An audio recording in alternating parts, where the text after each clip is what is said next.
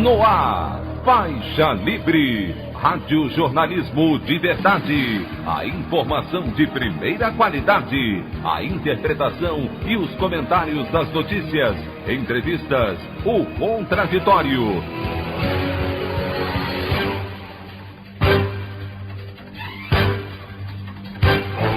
Tudo para aproximar você cada vez mais da realidade do Brasil e do mundo. Apresentação: Anderson Gomes. Câmara aprova em segundo turno o texto base da PEC 186, que, sob o argumento de retomar o auxílio emergencial, ataca o serviço público e coloca os brasileiros para sustentarem o rombo provocado pela política monetária do Banco Central. O governador de São Paulo, João Dória, anuncia medidas mais restritivas para conter a Covid-19 no estado. Suspende o futebol, os cultos religiosos, fecha escolas públicas e impõe toque de recolher durante a noite até o fim do mês. Pesquisa divulgada pelo El País mostra que Bolsonaro perde para Lula, Ciro e Haddad em um eventual segundo turno das eleições presidenciais. Essas e outras notícias na edição desta sexta-feira, 12 de março do ano de 2021, do programa Faixa Livre.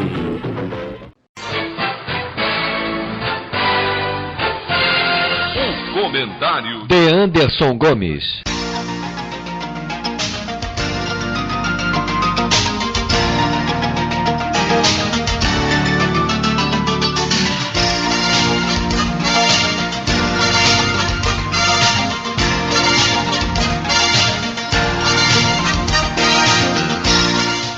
Bom dia, ouvintes. O discurso do ex-presidente Lula anteontem ainda reverbera por todo o país, especialmente no Palácio do Planalto. Não por acaso, o presidente Jair Bolsonaro tratou rapidamente de abandonar a retórica negacionista e passou a andar de máscara no rosto, para cima e para baixo, sentindo que sua reeleição está ameaçada pela simples presença do petista no cenário político-eleitoral. Eu queria aproveitar para fazer a leitura de um belo texto escrito pelo jornalista Antônio Martins e publicado ontem pelo site Outro Olhar, onde ele faz uma análise política interessante e emocionada a respeito das palavras de Lula no Sindicato dos Metalúrgicos do ABC. O título do texto é "A oposição voltou?". Abre aspas, "Sinceramente eu não tenho mágoa. Porque o sofrimento que o povo brasileiro está passando, o sofrimento que as pessoas pobres estão passando neste país é infinitamente maior do que qualquer crime que cometeram contra mim", fecha aspas. Ditas logo nos primeiros instantes da fala de Lula ontem, a primeira após a anulação de suas condenações, as palavras indicaram o tom que seria mantido até o fim. Denúncia da devastação nacional, responsabilização direta do bolsonarismo, aceno com a possibilidade de resgate, foi do início ao fim um choque real de visões de país, muito distinto da polarização despolitizante que marcou, por exemplo, a campanha eleitoral de 2018.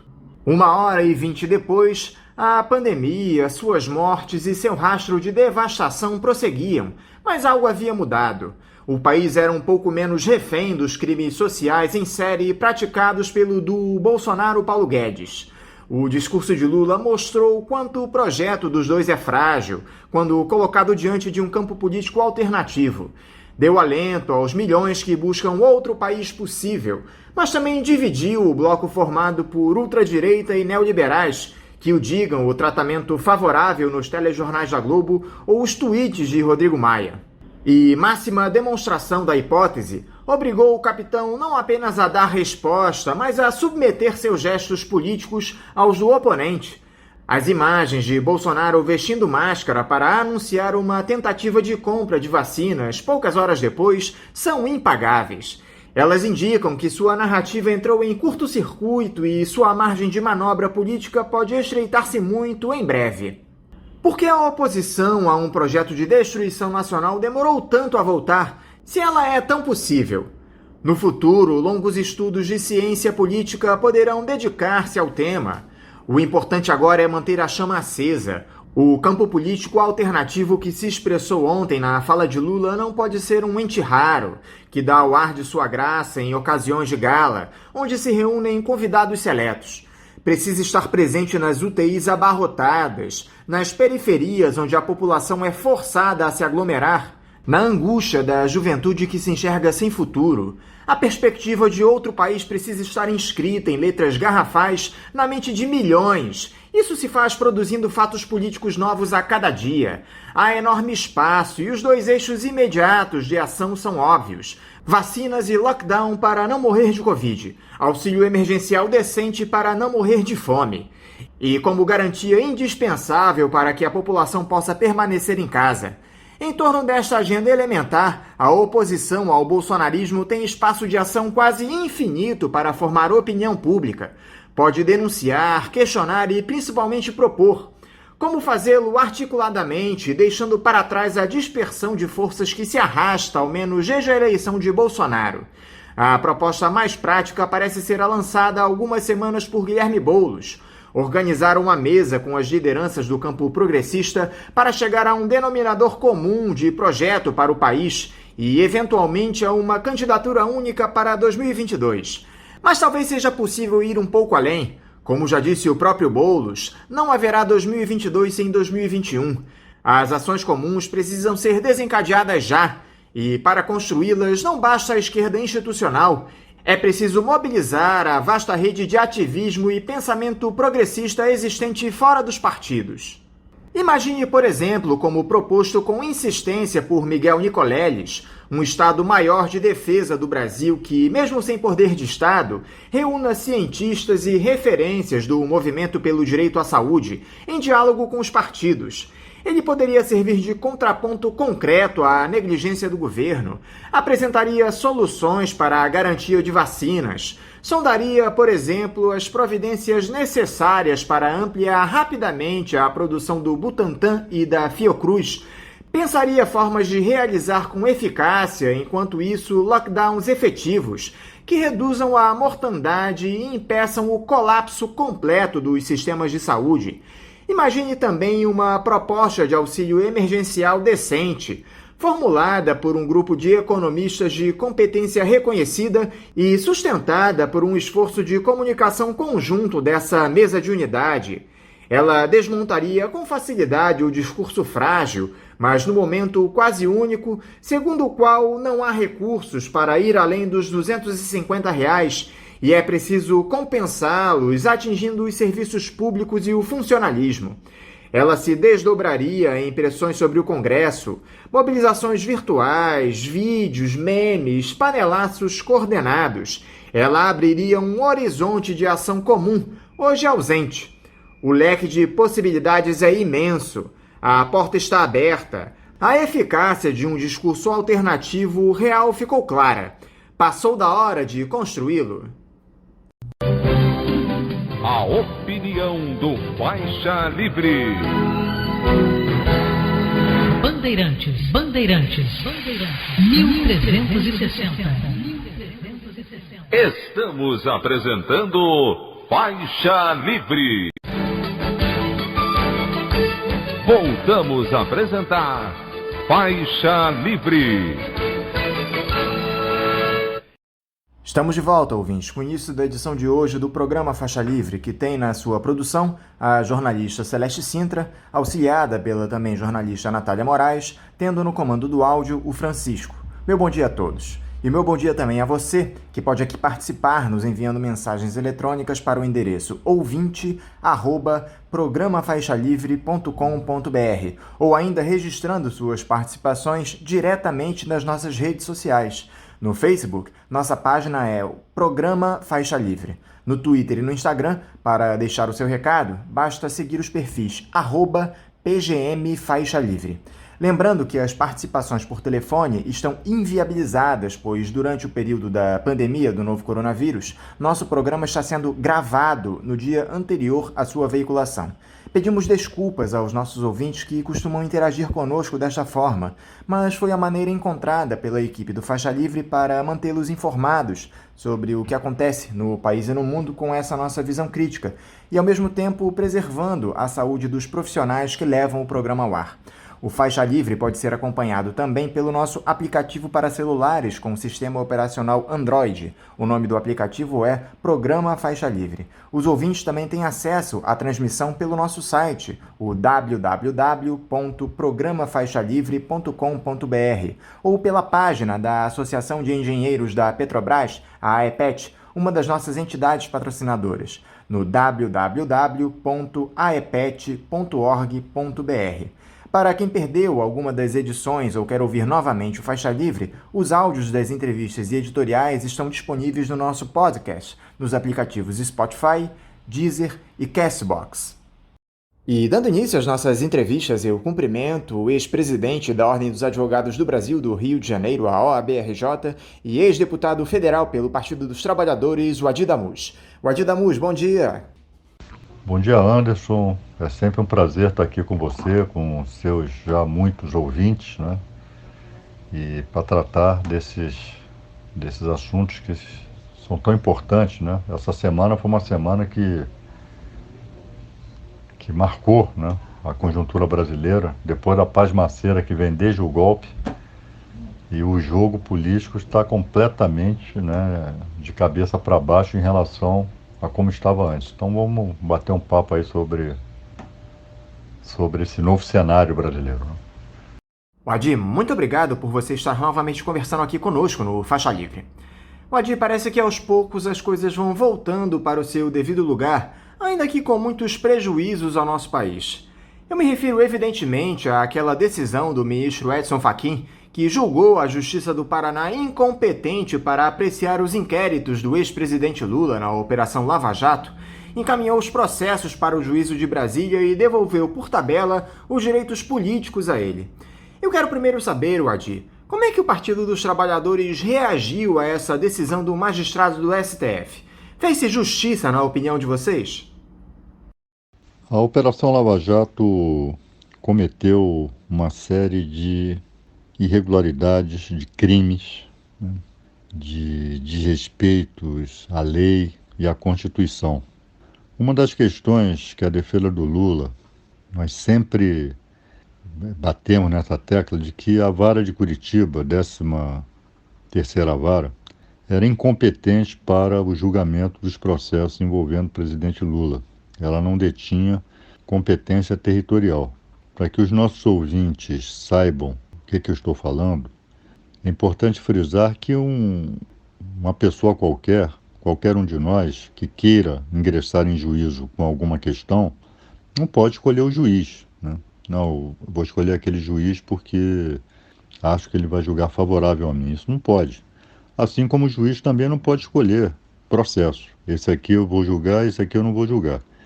As regras de competência, inclusive competência territorial, são pré-definidas na Constituição, nas leis, né, no Código de Processo Civil, no Código de Processo Penal. E isso Curitiba sempre passou o trator por cima, né? O trator por cima do ordenamento jurídico. E agora o ministro Edson Fachin, como um raio caído de céu azul, descobriu a pólvora, né? Descobriu que Moro era incompetente e anulou todas as condenações, porque um juiz não pode praticar atos decisórios se ele não tem competência para isso.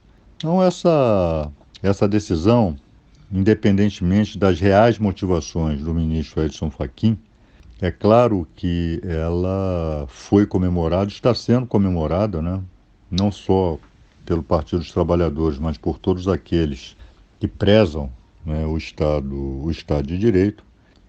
A decisão tecnicamente está correta, né? Embora, repita, as reais motivações do ministro Fachin não contaminam a correção da sua decisão. Com isso, o presidente Lula viu restituídos, né, os seus direitos políticos e a tramitação desses processos agora ficará sob a jurisdição, né, da Justiça Federal de Brasília. Você também considera que essa foi uma tentativa do Fachin de salvar a Força-Tarefa de Curitiba? Aliás, por que esse pessoal é tão apegado a um juízo com interesses políticos tão claros, Wadi, que desafia a lógica do processo penal, julga por convicções e não por provas? Por que essa fixação do Fachin e de outros magistrados do Supremo na Lava Jato? É verdade que durante um bom período de tempo, o Supremo Tribunal Federal se rendeu às arbitrariedades praticadas pela chamada Operação Lava Jato. É óbvio que eu estou me referindo aqui à sua composição majoritária. Havia ministros, como há ministros no STJ, que não se curvam à Lava Jato, né, que denunciam seus métodos, que reconhecem que praticaram crimes, né? Mas por que isso acontece, né? Por que os ministros, alguns ministros, né, e ministras do Supremo Tribunal Federal, alguns gostam, né, de serem aplaudidos nas ruas, né, de entrar em restaurantes e serem aclamados, né, terem seus nomes, né, gritados, né, em voos nacionais ou internacionais, enfim. Porque nós estamos vivendo a era da politização do Poder Judiciário, né? E o Poder Judiciário se associando a estratégias político-econômicas neoliberais, né? O Poder Judiciário, particularmente o nosso Supremo Tribunal Federal, em diversos momentos se aproximou, né, desse tipo de programação estratégica ultra-neoliberal aqui no Brasil, inclusive no que diz respeito à tutela da política, à criminalização da política, né, que teve um alvo específico nos últimos anos, a partir da Lava Jato, que foi o ex-presidente Lula. E isso, obviamente, sobretudo partindo da Corte Suprema Brasileira, isso foi um duro golpe na nossa democracia, isso gera perplexidade, né, no cidadão comum, porque se um ex-presidente da República com o sucesso administrativo e político que o Lula teve é perseguido dessa maneira, é preso injustamente, uma decisão que nós já sabemos hoje foi arranjada, né, foi combinada entre o juiz e a acusação, né, como é que o cidadão comum se sente diante de tão avassalador poder que pode praticar arbitrariedades quando bem entender, né? Então essa configuração do Poder Judiciário, parte do sistema de justiça e do Supremo Tribunal Federal, no final das contas acaba obedecendo aos desígnios, né, da guerra híbrida, no sentido de desestabilizar governos, né, de pôr o sistema de justiça a serviço de projetos imperialistas, no sentido de não permitir mais que forças populares, né, partidos que querem justiça social, né, que, enfim, querem romper com essa financiarização, né, que tomou conta do Brasil, que esses governos cheguem ao poder, né? Infelizmente, o Judiciário tornou-se parceiro desse tipo de tentativa, desse tipo de política. Com essa decisão do ministro Fachin, Wadi, quais serão os próximos passos da defesa do ex-presidente do Partido dos Trabalhadores? Você acredita que o juiz de Brasília que herdar esse processo vai aproveitar as provas já recolhidas pela Lava Jato de Curitiba? Vocês vão questionar a legalidade dessas provas? Para que as pessoas entendam, o ministro Fachin, ao anular as condenações do presidente Lula, ele frisou que estava anulando os atos decisórios, ou seja, só aqueles atos que configurassem uma decisão judicial. E o que seriam esses atos, né? O recebimento da denúncia. Então, o Ministério Público, quando oferece denúncia, o juiz pega a denúncia e vê se a admite ou não. O juiz pode aceitar a denúncia, mas pode rejeitar a denúncia. Então, isso são atos decisórios, afora a própria condenação, né, de mérito. Então, esses atos foram anulados, mas o ministro Fachin, né, acho que do meu ponto de vista erradamente, manteve os atos instrutórios, deixou para que o juiz de Brasília, que foi o juízo, né, que o ministro Fachin entendeu ser o competente para os processos envolvendo o presidente Lula, o juiz decidisse se vai aproveitar esses atos instrutórios ou não, né? Então ele ressalvou os atos instrutórios. O que são os atos instrutórios? São as provas, depoimentos de testemunhas, de delatores, documentos, né, laudos periciais, enfim, todo o conjunto probatório. Eu não sei com que juiz esses processos, né, que serão remetidos de Curitiba para Brasília, para que juiz vai ser distribuído. Esses processos têm que ser distribuídos, né? Então vai depender muito do juiz. Se for um garantista, ele provavelmente não aceitará essa prova. Por quê? Porque essa prova está emporcalhada, né, pela farsa montada por Curitiba. Nós sabemos como as delações foram obtidas, né? Foram obtidas por coação. Nós sabemos que se plantaram provas, né? Os diálogos da Operação Spoofing mostram que se plantaram documentos, se plantaram testemunhas, né? Se encomendaram, enfim, a promiscuidade total entre o juiz e a acusação. Então essas provas não há como serem aproveitadas, porque elas estão contaminadas pela nulidade também. Essas provas não servem de nada. Essas provas foram montadas para possibilitar ao Sérgio Moro prolatar a condenação que ele prolatou, particularmente no caso do triplex. Foram provas, né, montadas, constituídas para a condenação. Então é de se esperar que o juiz a quem tocar o feito, ou os feitos, não aproveite esse lixo probatório, né? Que, aliás, de probatório não tem nada. Agora, de qualquer maneira, isso será questionado e será exigido pela defesa do presidente Lula, sem sombra de dúvida. Agora, parece que não basta essa retomada dos direitos políticos do ex-presidente com a anulação das sentenças de Curitiba, não é, Wadir? A intenção de vocês é demonstrar a parcialidade do ex-juiz Sérgio Moro, fazer justiça de maneira plena e livrar o presidente Lula dessas acusações. E isso passa diretamente por aquele julgamento retomado pela segunda turma do STF essa semana. Você acredita que a corte será favorável à tese de parcialidade do ex-juiz, Wadir? Não te preocupou esse pedido de vistas do ministro Nunes Marques, aliado de primeira hora do Jair Bolsonaro? Os integrantes da chamada Operação Lava Jato, Sérgio Moro à frente, cometeram crimes os mais variados e da maior gravidade contra a democracia brasileira, contra o Estado de Direito, contra as instituições, inclusive. E esses crimes não podem ser esquecidos como se nada tivesse acontecido. Nada justifica, em nome seja lá do que for, que um agente público, sobretudo investido da toga da magistratura e das prerrogativas, né, que são asseguradas ao Ministério Público pela Constituição de 1988, nada justifica que, para combater o alegado combate ao crime, no caso corrupção, se pratiquem outros crimes. Aliás, o ministro Gilmar Mendes, com seu voto irretocável, né, pontuou muito bem isso. Não se combate corrupção corrompendo o sistema de justiça, corrompendo o ordenamento jurídico, corrompendo a Constituição, que foi exatamente o que fez a Operação Lava Jato. Sérgio Moro mostrou que não tinha qualquer isenção para julgar o ex-presidente Lula.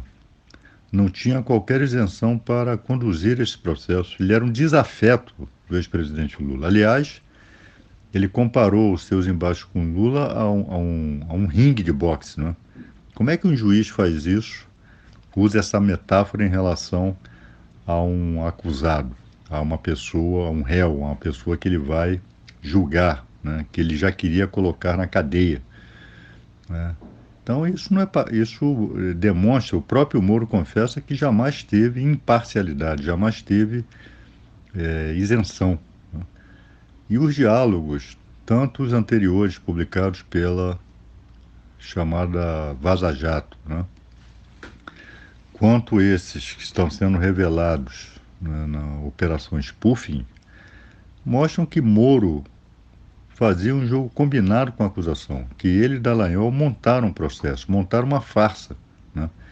Não havia atividade jurisdicional ali.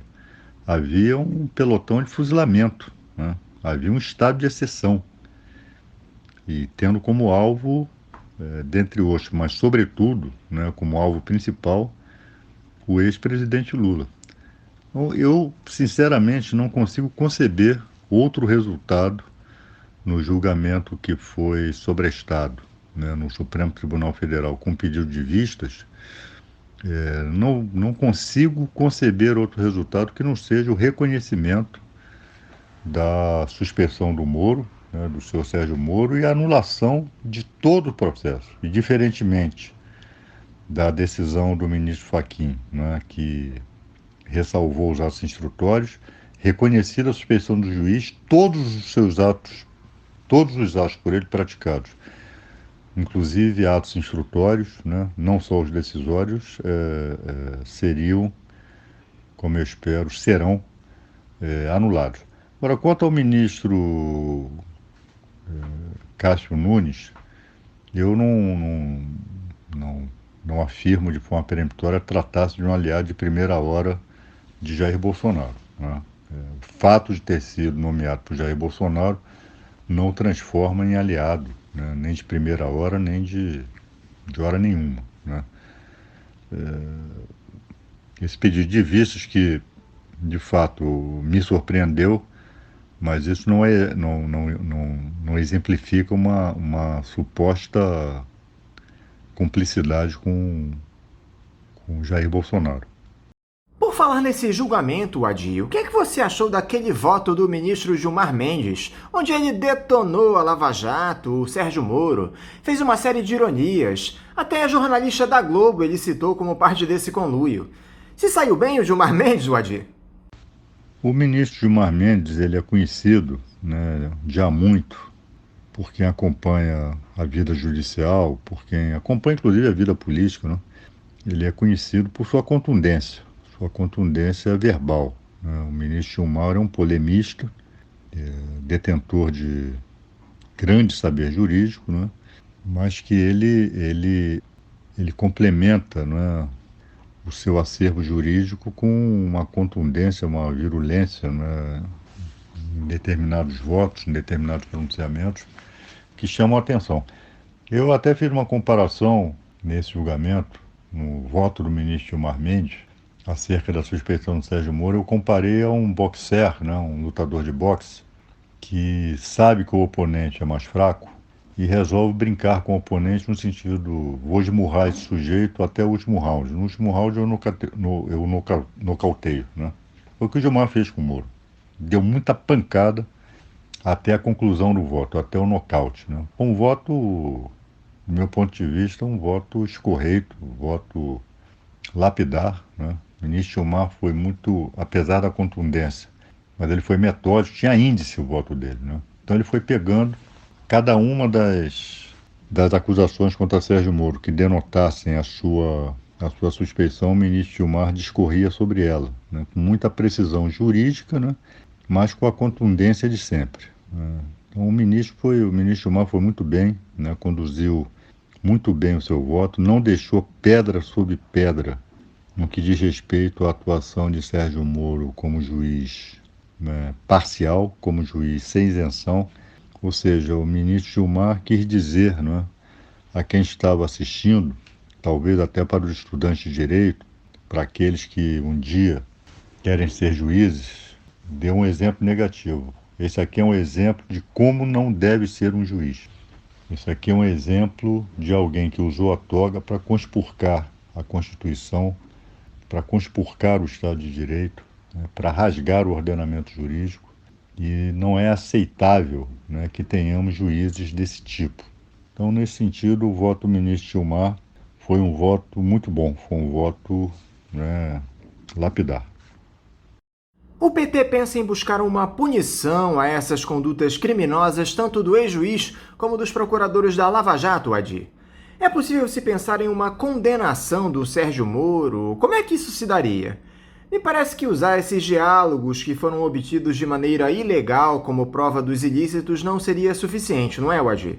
Qual é a estratégia do partido para buscar não só a correção histórica dos fatos, mas a reparação para os prejuízos que a Força-Tarefa de Curitiba provocou? Como eu já disse aqui, inequivocamente, os integrantes da Operação Lava Jato, procuradores e procuradoras, e o ex-juiz Sérgio Moro cometeram os crimes os mais diversos, dos mais graves, né, que não podem ficar impunes. Já está mais do que provado, demonstrado pelos diálogos, que Sérgio Moro e esses procuradores e procuradoras agiram em conluio, agiram em conjunto. A necessária, né, e obrigatória, por força de disposição constitucional e disposições legais, a equidistância entre juiz e parte, no caso a parte acusatória, no caso da Lava Jato, essa equidistância ela não foi mantida, ela não foi respeitada. Eles faziam parte de um mesmo grupo, eram amigos, né? São amigos do peito, e se valeram do processo para praticar crimes, né? Para praticar uma verdadeira caçada judicial, particularmente contra o ex-presidente Lula. Mas o que prova a prática desses crimes, né? Essa prova, esse acervo probatório foi obtido de forma ilícita, digamos que tenha sido, mas ocorre que a utilização, a intenção, né, do chamado hacker, né, do Walter Delgatti, ao tomar conhecimento daquilo que ele havia grampeado, ao começar a ler esses diálogos, ele percebeu que agentes públicos, né, juízes e procuradores estavam praticando crimes contra alguém que ele admirava, que no caso é o ex-presidente Lula. E ele resolveu, né, ao entregar parte desse acervo ao jornalista Glenn Greenwald, né, ele entendia estar praticando, a intenção dele era defender o ex-presidente Lula, né. Nós podemos dizer que era uma legítima defesa de interesses de terceiro. E sabemos também que a legítima defesa, tanto própria quanto de terceiros, é uma excludente ilicitude. Nesse sentido, o que era ilícito, do meu ponto de vista, tornou-se lícito, né? É bom lembrar que esses celulares utilizados, né, por Moro e procuradores eram aparelhos funcionais, ou seja, foram cedidos a eles pelo Estado. E as conversas que foram apreendidas, né, estão sendo divulgadas, são conversas de trabalho, não tem conversa privada ali. Não se tratava ali de namoro, de marcar karaokê, de marcar chopinho, né? Trata-se de conversas privadas de que procuradores e o juiz Sérgio Moro combinavam estratégias, estavam falando de assuntos do seu trabalho, de forma desvirtuada, é verdade. É isso que configura crime. Então esse acervo serve sim para responsabilizar criminalmente e funcionalmente, disciplinarmente essa turma, essa gangue lá de Curitiba, né? Aliás, eu e o deputado Paulo Pimenta já oferecemos notícia crime, já foi editada no dia de ontem, né, com o nome e a descrição da conduta de outros procuradores e daquela delegada Érica Mareno.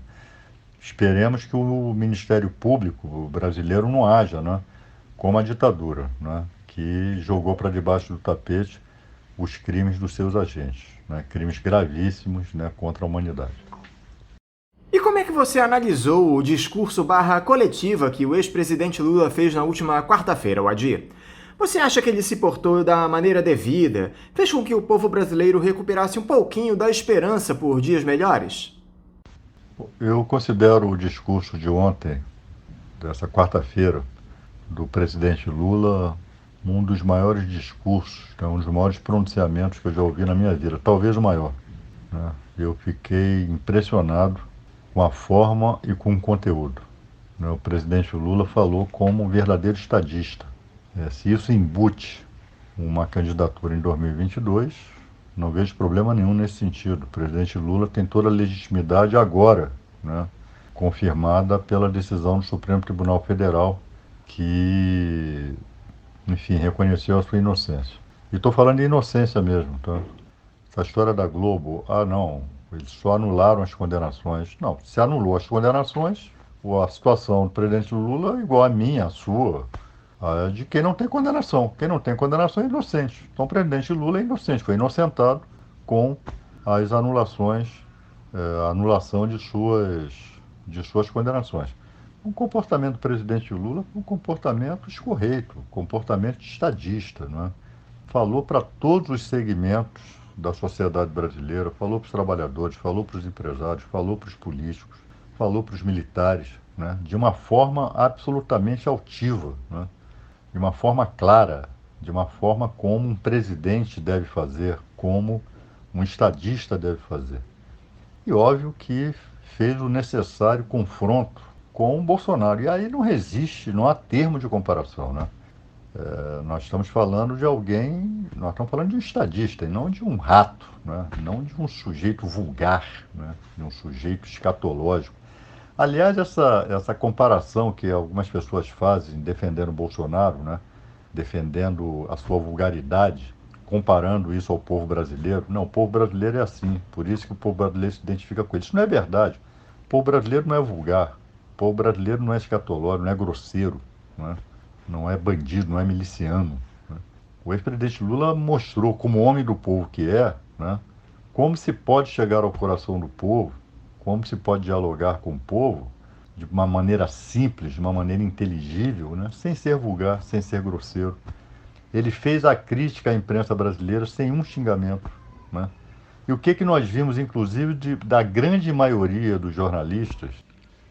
A grande maioria dos jornalistas elogiou, né, o discurso do presidente Lula. Me refiro a jornalistas daqueles veículos, né, que promoveram a caçada ao presidente Lula, né, ao seu linchamento moral, como jornalistas da Globo, do Estadão, da Folha de São Paulo, né. Claro que há as exceções de praxe, como Merval Pereira, que é um fanático antilulista, antipetista, né. Mas até a própria Miriam Leitão, que foi mencionada no pronunciamento do presidente Lula, mencionada de forma crítica, né, hoje defendeu o seu discurso. De forma que esse discurso entra para a história, né, para a história da oratória, né, da política brasileira, mas para a história mesmo, para a história do Brasil, né, porque num momento como esse nós vimos que o Brasil ainda tem um grande estadista, que no caso é o ex-presidente Lula, que apontou caminhos, que encheu o povo de esperança e pautou o Brasil, né? Desde ontem só se fala nesse discurso. Bolsonaro já se viu obrigado a mudar a conduta. Ontem estava falando fininho, falando mansinho, usando máscara, falando em vacinação, né? O filho lá, aquele que, né, tem esse esquema de corrupção lá na compra dessa mansão aí de 6 milhões de reais, e o Ministério Público não faz nada, né? Disse que a grande arma, né, do Brasil é a vacina. Quer dizer, ele agora está usando a metáfora de arma, né, que eles tanto defendem, né, a arma bélica, né, agora ele está transformando a arma em vacina, né, de forma cínica, de forma despudorada. Então, o presidente Lula pautou ontem, pautou todo mundo ontem, né, foi um grande discurso e com um discurso ele mudou completamente o cenário político brasileiro, né. Agora a polarização está posta, né? Espero que o presidente Lula seja candidato e lidere a esquerda brasileira. Wadi Damuz, eu te agradeço por mais uma vez você conversar aqui conosco no Faixa Livre. Eu quero te desejar um bom final de semana e deixar aqui o meu abraço. Anderson, mais uma vez obrigado pelo convite. É sempre uma satisfação estar aqui com você, estar aqui com seus ouvintes. Espero que as minhas respostas tenham cumprir o objetivo de bem responder às suas perguntas e de esclarecer às pessoas essas questões tão intrincadas, né, que dizem respeito ao processo judicial, ao poder judiciário, enfim. Então, estarei sempre à disposição de você e do seu programa. Conversamos aqui com o ex-presidente da Ordem dos Advogados do Brasil do Rio de Janeiro e ex-deputado federal pelo Partido dos Trabalhadores, Wadi Damuz. Vamos agora ao nosso primeiro intervalo. Voltaremos daqui a pouquinho. Voltamos a apresentar Faixa Livre.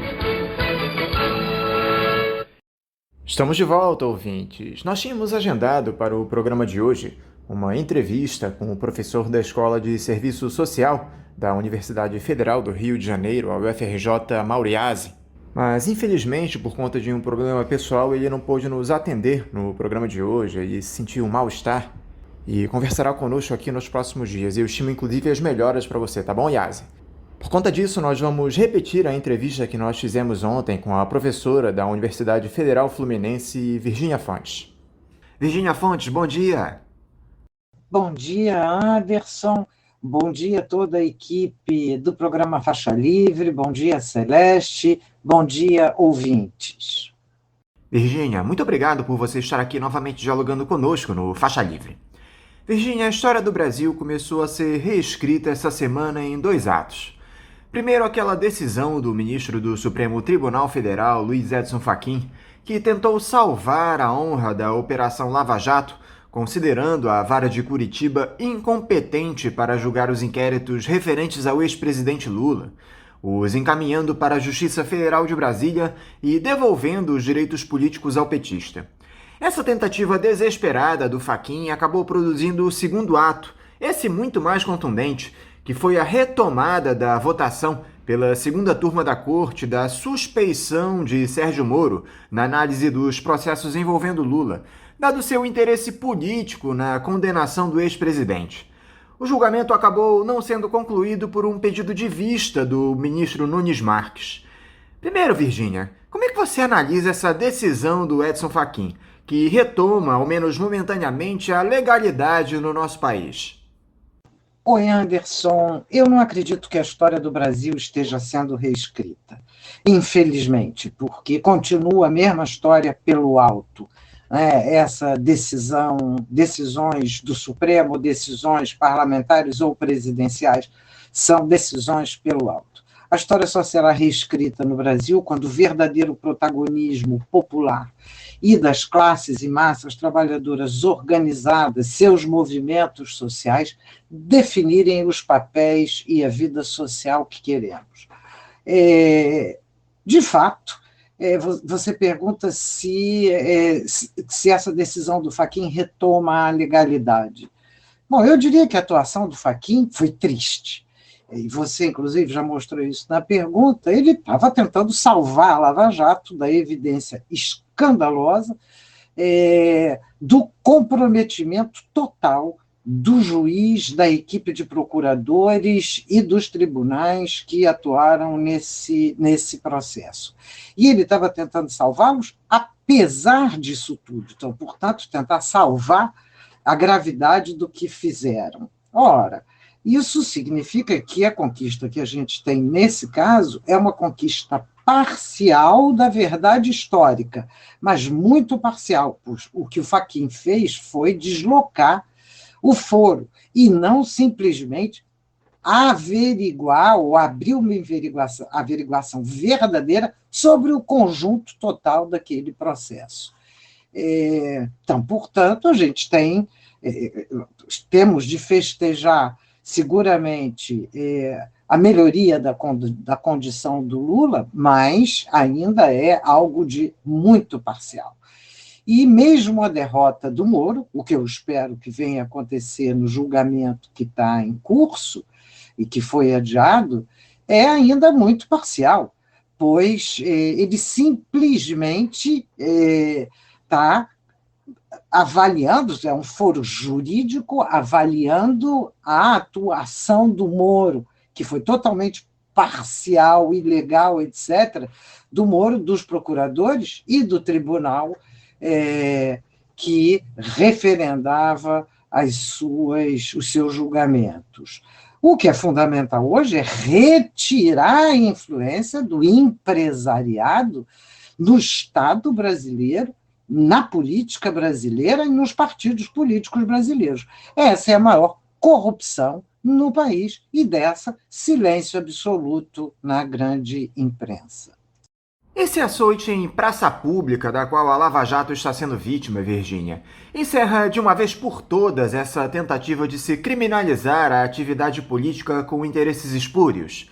E você acredita na possibilidade de condenação dessas figuras envolvidas nos crimes, como o próprio Sérgio Moro, os procuradores da Força Tarefa? Infelizmente, Anderson, o ataque necessário à atuação da Lava Jato, que não é um ataque, né, é o reconhecimento das ilegalidades cometidas pela Lava Jato, e não encerra de forma alguma a criminalização da atividade política por interesses espuros, pois, como eu já disse na resposta anterior, a influência da grande burguesia e dos grandes capitais na política brasileira só fez se intensificar ao longo das 3 últimas décadas. Eu não sei o que vai acontecer com o Moro, espero que seja condenado conjunto da Lava Jato, mas, independentemente disso, o Moro já está desmascarado tanto no ambiente nacional quanto, sobretudo, no espaço internacional, onde o comprometimento do Moro está escancarado em todas as manchetes de jornal. Agora, eu acho que uma coisa muito importante para a gente conversar é a gente não perder o foco e evitar ficar na especulação meramente eleitoral. A eleição não é o nosso foco imediato. Nós estamos atravessando uma crise econômica e social dramáticas, com o desemprego, precarização, fragilização da população, com o aumento da miséria e da fome no país, e essas coisas vêm acontecendo ao mesmo tempo em que ainda prossegue a devastação de direitos, a retirada de direitos, prossegue uma família na direção do Estado brasileiro, e nós temos Forças Armadas comprometidas até o gargalo com essa família, o que é algo de absolutamente escandaloso, para não falar de que nós estamos numa pandemia horrorosa, com centenas de milhares de mortos, e na contramão do mundo, que vem, de alguma maneira, conseguindo conter as mortes pela pandemia do coronavírus, enquanto no Brasil nós estamos vendo as curvas virarem para cima de uma maneira escandalosa, e essas curvas respondem à atitude genocida do governo Bolsonaro. Enquanto isso acontece, prosseguem, tanto o parlamento quanto o governo federal prosseguem na destruição das instituições públicas voltadas para as grandes maiorias da população, especialmente saúde e educação. Então, isso é alguma coisa que é bem importante, porque eles não estão destruindo todas as políticas, eles estão destruindo todas aquelas que têm algum caráter civilizatório ou civilizado. E, até aqui, o apoio burguês das grandes burguesias ao Bolsonaro parece intacto. Tem algumas dúvidas, de vez em quando um não gosta muito, porque o Bolsonaro cheira mal, né? Ele cheira a porão, e porão, em geral, cheira a mofo e a esgoto. E, portanto, esse cheiro não agrada os salões da grande burguesia, porém essas burguesias, até aqui, estão ao lado de Bolsonaro na devastação de direitos. É preciso levar em conta que, para não perder o foco, a gente não pode esquecer que o cenário internacional continua extremamente complexo. A derrota de Trump e a vitória do Joe Biden nos Estados Unidos não significa nem o fim da extrema-direita no cenário internacional, nem a redução ou uma tranquilização das tensões entre Estados Unidos e China. E, portanto, nós vivemos hoje um cenário extremamente complexo no terreno internacional. E eu acho que o nosso foco hoje é pensar as grandes questões da população brasileira. Falando agora das consequências políticas desse episódio, Virgínia, a oposição deveria se unir em torno do nome do Lula para o processo eleitoral do ano que vem, considerando toda a rejeição que o ex-presidente ainda carrega? Eu conversei ontem aqui no programa com o presidente do PDT, o Carlos Lupe, e ele descartou qualquer tipo de aliança com o Partido dos Trabalhadores já no primeiro turno.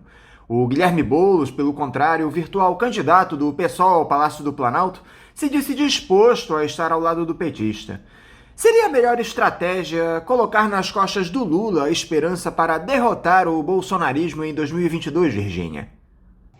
Bom, eu considero que a gente tem que tomar muito cuidado com as especulações eleitorais por enquanto. Nós não estamos num ano eleitoral, nós não estamos nas eleições. Nós estamos vivendo uma tragédia. E agora me parece que é hora de ação. E todos, movimentos sociais, partidos políticos de esquerda, funcionários públicos de fato ligados à população e não à obediência governamental, precisam não apenas expressar concretamente sua rejeição ao protofascismo, às famílias e às forças armadas, mas também construir, organizar as formas de resposta e de enfrentamento. Então, portanto, para mim, a discussão não é sobre eleições, mas qual o programa? E não é só um programa de governo, não é um programa para 2022, é um programa concreto, imediato, de enfrentamento da tragédia social que estamos vivendo. Nós realmente precisamos de lideranças populares sérias, capazes de dar o tom, de indicar uma direção correta, de reorganizar essas massas trabalhadoras que estão sob o impacto de manipulações as mais diversas e, portanto, de organizações políticas capazes de construir sob a tempestade, sabendo que temos de enfrentar algo que é um protofascismo e definir as rotas desse enfrentamento conjuntamente com a população e não apenas em grandes acertos e acordos mais ou menos eleitorais ou mais ou menos entre figurões. Nós já temos uma história excessivamente construída de cima para baixo. Nós precisamos enfrentar o protofascismo recuperando a energia e as forças das massas trabalhadoras brasileiras de fato. E como é que os ultraliberais devem reagir a essa possibilidade de o Lula ser candidato, Virgínia? Estava muito claro que aquela turma do Democratas, do PSDB, o próprio Ciro Gomes, pelo PDT, disputaria uma parcela dos eleitores que historicamente votam no Lula, não pelo Partido dos Trabalhadores, mas pelo que representa a figura do ex-presidente. Como é que esse pessoal fica agora, Virgínia? Quem é o principal favorecido e quem perde com essa decisão do Edson Fachin? Bom, a decisão do Fachin, como eu já comentei antes, é uma decisão quiabo, né? Uma decisão escorregadia. Ele não tinha mais como esconder o escândalo que foi a Lava Jato e ele tentou salvar o conjunto do grupo dominante no país. Não é? Ele só fez deslocar a competência do foro. Então, ele está tentando salvar Forças Armadas, famílias, Lava Jato, burguesias, pondo panos quentes, e ele ainda foi mais longe do que isso, porque tentou impedir que viesse o julgamento da própria Lava Jato, que agora está em curso. E colocando panos quentes, mas começa a aparecer a ponta do iceberg. E a ponta do iceberg é o fato de que a Lava Jato chantageou não apenas o PT, encurralou o PT, chantageou uma parcela das burguesias, sobretudo das mega burguesias brasileiras, e o caso mais conhecido é o da Odebrecht, mas vale lembrar que o restante da mega burguesia aceitou entregar algumas para construir uma aliança com a Lava Jato, na qual nenhuma burguesia mais seria perturbada ou incomodada, em princípio, pelos tribunais brasileiros liderados por Sérgio Moro, que logo depois, inclusive, saltou para ministro da Justiça ou da Injustiça, que seria mais claro. Então, reparem, quando a gente se pergunta o que é que acontece com os ultraliberais agora, é bom a gente se perguntar de quem estamos falando. Nós estamos falando do conjunto das grandes e mega burguesias brasileiras. Essas que passaram um acordo com a Lava Jato, entregaram algumas das suas, para que nunca mais tivesse nada sobre elas, não só as burguesias brasileiras, mas as estrangeiras, que atuam aqui.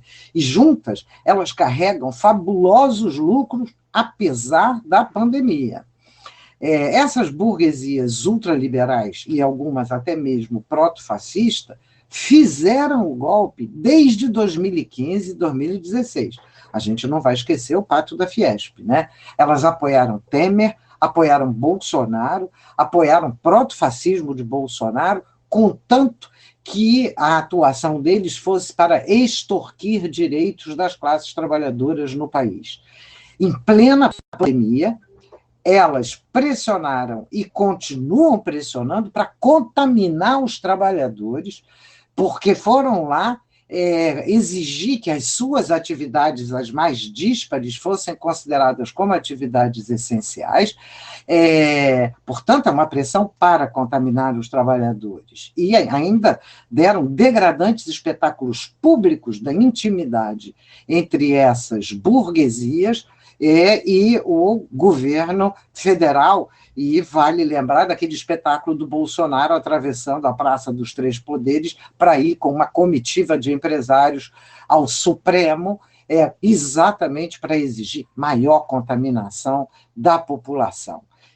E não pressionaram só para isso, pressionaram também para ter a maior parte do botim, dos despojos do país. Enquanto eles estão devastando o país, eles estão enchendo as burras com os recursos públicos.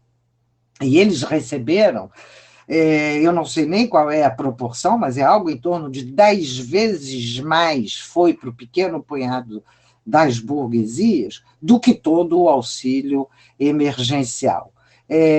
Portanto, essas burguesias ditas ultraliberais continuam as mesmas, temem que, diante de uma situação de crise ainda agravada, a população exija seus direitos. Esse é o problema. Vão pressionar Bolsonaro e vão pressionar quem for para manter o teto de gastos, para estrangular a população e salvar os seus lucros gordíssimos. Isso é o que está na pauta, no editorial do Globo, no editorial do Valor, é o que está no Estado de São Paulo e na Folha de São Paulo. Esse é o programa dessa ultra-burguesia que se diz ilustrada, que se pretende civilizada, mas cuja civilização se apoia sobre o sangue, suor e lágrimas, e morte e sacrifício da população. Dá para acreditar nessa possibilidade de nós termos uma polarização entre o lulismo e o bolsonarismo nas próximas eleições, como muita gente tem dito por aí, Virgínia? E essa polarização é mais benéfica ou prejudicial no momento em que o país atravessa? A questão da polarização é uma questão complexa, em parte porque a polarização que a grande mídia proprietária anuncia é completamente falsificada. Nós não tivemos, de fato, uma polarização no país. Nós temos apenas um lado extremamente polarizado e radical, que é o bolsonarismo, que é proto-fascista, que emula práticas nazifascistas, que vem devastando todos os direitos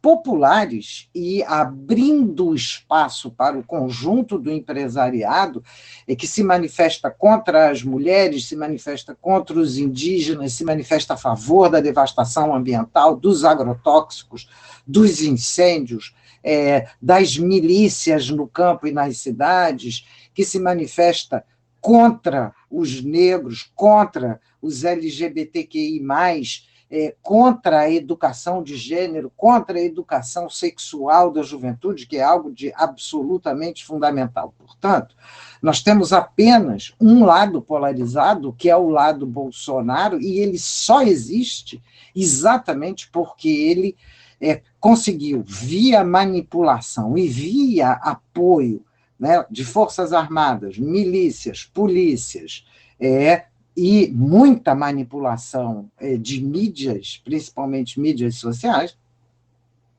falsificar a ira popular legítima que já existia contra os governos anteriores, e essa é uma discussão muito ampla que eu não vou abrir aqui.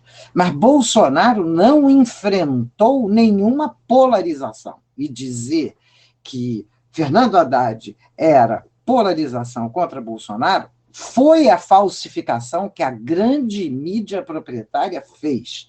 Até porque o PT, há muitos anos, é um partido de centro com tendências de esquerda, muito mais do que um partido propriamente de esquerda, de empolgação das massas, etc. E o próprio PT não foi para um enfrentamento, para uma situação de polarização, nem mesmo quando foi golpeado em 2015 e 2016. Portanto, antes de discutir e de cair na casca de banana que o debate sobre a polarização feita sobre a grande mídia sugere, nós temos que discutir as lutas que precisamos fazer, como nos organizamos já e imediatamente para enfrentar a tragédia social, e que programa daqui para frente. Eu acho que essas são as grandes questões. Agora, Virgínia, essa provável candidatura do Lula à presidência no ano que vem pode provocar uma mudança de postura do Jair Bolsonaro no comando do país? Você acha que ele poderia deixar de lado essas iniciativas em defesa do ultraliberalismo, adotando ações mais populistas em uma tentativa de rivalizar com o petista? Essa volta do Lula ao tabuleiro pode representar o divórcio do bolsonarismo com os ultraliberais, Virgínia? Bom, eu não vou discutir a candidatura a Lula, mas vamos centrar na questão do populismo. Nós sabemos que Bolsonaro é fascista e conta com apoio militar e miliciano, ao menos até aqui, sem falar que conta ainda com o apoio das grandes e megas burguesias. O programa do Bolsonaro é a devastação. E esse é o único compromisso dele, e ele disse isso explicitamente: eu vim para destruir. Essa é a única coisa totalmente previsível do comportamento do Bolsonaro. Pode ser que, de repente, ele resolva tentar dar uma de pai dos pobres ou alguma coisa desse tipo? Pode, ele fez isso com o auxílio emergencial, que não foi ele que propôs, né, que foi debatido no parlamento e proposto pelos grupos de esquerda, porque a proposta dele era muito menor. Então, ele vai oscilar e vai saltar de uma pata para outra o tempo inteiro. E esse salto de uma pata para outra o tempo inteiro combina com o nazifascismo, que é a linha de conduta histórica a qual ele adere. Agora, essa interpretação do populismo é uma interpretação da grande mídia proprietária, e é uma interpretação da direita internacional que não tem nenhum compromisso, nem mesmo com as categorias, porque isso aí não tem nada a ver com o populismo histórico, que em boa medida não existe mais. Ora, o que a grande mídia vem fazendo? Ela vem falando de populismo para assegurar o que para ela é fundamental. Ela é a expressão mais consistente da intelectualidade de ponta das grandes e megas burguesias. Essa é a mídia proprietária. Ataca Bolsonaro de um lado e assopra do outro. E o que é fundamental para essas grandes burguesias e essa grande mídia? Manutenção do teto de gastos, isso é sufocar a população, manutenção da legislação antipopular e retirada de mais direitos da população. Agora, por exemplo, sobre o funcionalismo público. Ao mesmo tempo em que mantém os cofres públicos abertos para as próprias grandes burguesias. E nós vimos a rapidez da tramitação da entrega do Banco Central, que é a chave do cofre do país, para o famoso, entre aspas, mercado. Ora, qualquer aceno a qualquer direito popular vai ser apresentado pela mídia e pela extrema-direita e pelos boa parte dos protofascistas como sendo populismo. A antecipação do debate eleitoral e a volta do Lula ao cenário poderia gerar algum benefício, algum trocado miserável, populista, entre aspas, para a população? Talvez. Mas é preciso levar em conta a dimensão da crise que nós estamos atravessando e a pauta que a mídia está desenhando ao fazer essa chantagem sobre a questão do populismo. O que eles estão dizendo, o recado é um recado chantagista para impedir direitos para as grandes massas e para a população trabalhadora e continuar garantindo que os fundos públicos se destinem unicamente ao grande capital. Por outro lado, Virgínia, se o Bolsonaro decidir abandonar essa pauta liberalizante, o capital hegemônico pode tentar buscar abrigo justamente em Lula, que nos seus governos se aliou a esse pessoal sem maiores constrangimentos para conquistar a governabilidade. O Lula vinha adotando nos últimos tempos o discurso de que é necessário se radicalizar no governo, abrindo mão de determinados acordos com os ultraliberais. Como é que seria o Lula versão 2.022? Seria novamente o Lulinha paz e amor ou podemos ter alguma esperança de ver aquele político combativo, comprometido com os ideais progressistas dos tempos de sindicalismo, Virgínia? Por enquanto, tudo isso é especulação e eu venho evitando trabalhar a partir de especulações. Se as grandes e mega burguesias soltarem a mão do bolso, tracinho, naro, será em defesa do seu bolso, tracinho, caro. Elas não estão em defesa da democracia e muito menos da garantia de direitos para a população e para as massas trabalhadoras. Lógico, o comportamento do PT e do Lula será fundamental. E eu espero, sinceramente, que eles possam voltar a ser partidos da e para a classe trabalhadora brasileira, como já foram há muito tempo atrás. Mas será que eles ainda lembram? Será que eles vão levar em conta essa enorme classe trabalhadora brasileira, altamente castigada, fragmentada e com menos direitos a cada dia? Serão capazes de começar imediatamente a agir e não simplesmente a falar, a agir em prol da organização popular, da solidariedade de classe, da auto-organização, da independência da classe trabalhadora para fazer frente à enorme devastação que estamos vivendo? Ou será, e eu espero que não, que vão ficar pendurados no que diz, quer, sente e pensam os bolsos, né? Os bolsos do Naro, né, do Bolsonaro, os bolsos gordíssimos das grandes burguesias que se escondem embaixo da etiqueta mercado, para sinalizar o seu papel. E, portanto, esse é o nosso desafio. O desafio é organizar já, enfrentar já a tragédia social. Tem uma dificuldade adicional para essa aliança, para uma eventual aliança burguesa, é que as ilegalidades que nós estamos vendo da Lava Jato são a ponta do iceberg, diante do que foi feito desde 2016. E as burguesias e os parlamentares sabem disso, sabem que promoveram uma avalanche e que nessa avalanche a gente sabe para que lado vai, mas não tem como segurar e não tem retorno. E nesse processo da avalanche, o que foi feito é escandaloso, absolutamente escandaloso. Não adianta esperar que as próprias mega burguesias, as Fiespes da vida, ou as associações de empresários que se apresentam como sem fins lucrativos e muito civilizados, deem um basta nisso, porque dar um basta nisso significa ter de enfrentar o que foi feito. Seremos nós, os trabalhadores, que teremos de rever esse processo. E, portanto, a minha aposta é em outra direção. É no enfrentamento das condições dramáticas que já estamos herdando desde o golpe de 16.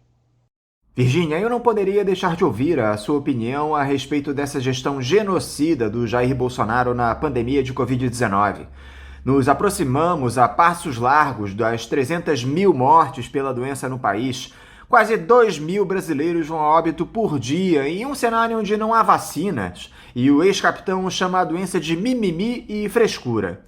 Acho que nem mesmo o mais pessimista dos brasileiros esperava esse cenário de banalização da vida patrocinado pelo presidente da República, Virgínia. É verdade, Anderson. A tragédia e a banalização da vida e da morte são algo de absolutamente impactante, e o governo do ex-capitão é alguma coisa de dramática. Desde janeiro, nós temos o relatório que foi elaborado pelo Centro de Pesquisas e Estudos de Direito Sanitário da Faculdade de Saúde Pública da USP, conectado com uma entidade chamada Conectas Direitos Humanos, que mostra, que analisou mais de 4.000 decisões desse governo, e mostra que a política do governo Bolsonaro foi intencionalmente genocida. Então, não se pode chamá-lo de irresponsável, ao contrário, tem de ser responsabilizado pela morte prematura de milhares de pessoas nesse país. Mas a banalização da morte sob a pandemia é também a banalização da tragédia social. Banalização que vem também pelo cansaço de um ano de péssimas condições de isolamento e de enfrentamento da pandemia, de péssimas condições de vida, de restrição de direitos, de avanço protofascista, e a tragédia social que está na saúde, começa pela saúde, mas está na economia, na sociedade, na cultura, na educação, na alimentação, na água que a gente bebe contaminada de transgênicos, no transporte público, que prossegue horroroso apesar da pandemia, no corte de trabalhadores, desemprego, redução de salários, redução de direitos, precarização das relações de trabalho, etc.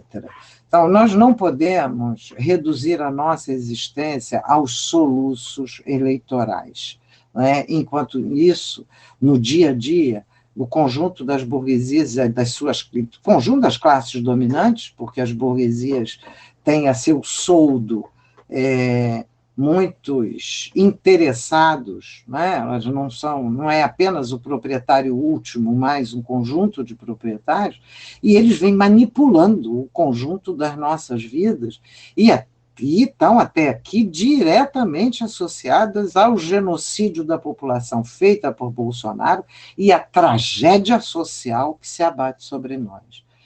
Portanto, é muito importante a gente reconhecer o luto, reconhecer o cansaço que a gente está vivendo, reconhecer os momentos em que a gente deprime porque não vê saída, mas lembrar que a esmagadora maioria da população brasileira é feita de trabalhadores, trabalhadores que defendem a vida, trabalhadores que sabem que a vida precisa vir na frente do lucro e que, portanto, a luta é de todos os dias. Virgínia Fontes, muito obrigado por mais uma vez você dialogar aqui conosco no programa. Eu quero te desejar um ótimo dia de trabalho e deixar aqui o meu abraço. Oi, Anderson, eu que agradeço a você, a toda a equipe do Faixa Livre, a Celeste e aos ouvintes por ter a oportunidade de estar aqui conversando com vocês. Desejo a todos um bom dia, força, garra, resistência e enfrentamento, porque é o que nós precisamos nesses tempos. Bom dia. Conversamos aqui com a professora da Universidade Federal Fluminense, a UF, e da Escola Nacional Florestan Fernandes, do Movimento dos Trabalhadores Sem Terra, o MST, Virgínia Fontes. Vamos agora ao nosso primeiro intervalo. Voltaremos já já. Voltamos a apresentar Faixa Livre. Já voltamos, ouvintes, e é mais uma vez com muita alegria que eu saúdo o economista e apresentador do Faixa Livre, Paulo Passarinho. Paulo Passarinho, bom dia! Bom dia, Anderson. Muito prazer em voltar a conversar aí contigo e com toda a família Faixa Livre, né? Embora hoje seja um dia triste pra gente, né? Eu quero aqui render minha homenagem ao Olavo Porfírio, um companheiro do Sindicato dos Auditores Fiscais da Receita Federal do Brasil que sempre nos apoiou e que, infelizmente, partiu. Vítima aí, mais uma vítima da Covid. Então, quero registrar aqui minha solidariedade a todos os amigos, a família do Olavo e a família Faixa Livre, né? Mais uma perda aí que a gente tem. Mas vida que segue e estamos aqui prontos a responder aí as perguntas, Anderson. Um abraço para você e para todo mundo aí do programa, para a Celeste, para a Natália, para o Chiquinho. Um bom dia para todos. É isso, Paulo. Infelizmente, essa tragédia que é a Covid-19 no nosso país, que já leva brasileiros aos milhares todos os dias, patrocinada pelo presidente Jair Bolsonaro, esse verdadeiro genocida, e que agora vitimou o Olavo, uma figura muito querida, não só dos auditores fiscais, dos nossos companheiros lá do Sindifisco, mas de toda a militância progressista aqui no Rio de Janeiro. Fica aí o nosso apoio, o nosso abraço, tanto à família do Olavo como aos nossos amigos lá do Sindifisco. Vamos em frente, Paulo. Paulo, o estrago que esses ultraliberais têm feito no nosso país se aprofunda a cada dia. Na última quinta-feira, a Câmara dos Deputados aprovou a proposta de emenda à Constituição 186, a tal da PEC emergencial, em tramitação desde 2019 no Congresso, mas que agora promovia uma verdadeira chantagem, condicionando a sua aprovação à retomada do auxílio emergencial aos trabalhadores prejudicados pela pandemia do novo coronavírus. Essa PEC, Paulo, na prática coloca todo o país para sustentar o rombo provocado pela política monetária do Banco Central, congela os salários dos servidores pelo menos até o final do ano que vem. Nem mesmo os profissionais da segurança pública, categoria ligada ao bolsonarismo, se livraram, entre uma série de outros retrocessos. Como é que você avaliou a aprovação dessa PEC emergencial, Paulo, e os efeitos deletérios dela para o nosso país? É mais uma impostura, não é, Anderson? Você foi muito feliz ao lembrar que, na verdade, essa proposta de emenda constitucional, ela é oriunda de 2019 e ela tem a ver muito mais com os objetivos aí do governo, que, na verdade, são objetivos que já estavam presentes no governo Temer e mesmo no governo da Dilma, no seu segundo mandato, que é essa ideia de se ampliar o arrojo fiscal, principalmente para os estados e municípios, controlar as despesas de pessoal e reduzir, inclusive, alguns incentivos tributários. É importante, dentro desse quadro de imposturas, chamar a atenção que essa PEC, até porque não seria necessário uma PEC para esse objetivo, não cria o auxílio emergencial. Apenas aloca 44 bilhões fora do teto de gastos, né? Exigência de outra excrescência, que é a emenda constitucional número 95, e também da meta do resultado primário desse ano, que é de um déficit de quase 250 bilhões, acho que 247 bi. Então ele dá essa margem para o governo para a alocação desses 44 bilhões para o tal do auxílio emergencial. E veja bem, ele não cria o auxílio emergencial, né? Esse auxílio emergencial, estão falando que precisa de ser ainda definido pelo Executivo, vai variar de R$ 175 a 375, mas a gente vai ter que conferir isso, porque depende da mensagem que foi enviada pelo Executivo, por 4 meses. Agora, veja bem, o auxílio emergencial que foi aplicado ano passado consistiu daquelas parcelas de R$ 600 durante 5 meses e de R$ 300 durante 4 meses, por um público menor. Agora, veja bem, e isso envolveu quase 300 bilhões, se a minha memória não falha, foram 292 bilhões alocados para o pagamento do auxílio emergencial anterior. Agora, com o recrudescimento da pandemia, com o desemprego, o desalento, a desestruturação total do mercado de trabalho, produzida inclusive por medidas do governo, como essa aprovação aí da mal chamada reforma trabalhista, agora a alocação é de 44 bilhões. Então isso aí é para inglês ver. Na verdade, o que está acontecendo? Frente ao pânico e à emergência dos efeitos aí da pandemia, que de alguma maneira foram também superlativizados pela péssima conduta do governo Bolsonaro frente à peste, o que eles estão aproveitando é abrir a porteira para passar a boiada e viabilizar o que o governo quer em termos de arroxo fiscal. A verdade é essa. E controle de despesa de pessoal e, principalmente, o arroxo sobre estados e municípios, porque a questão é muito grave.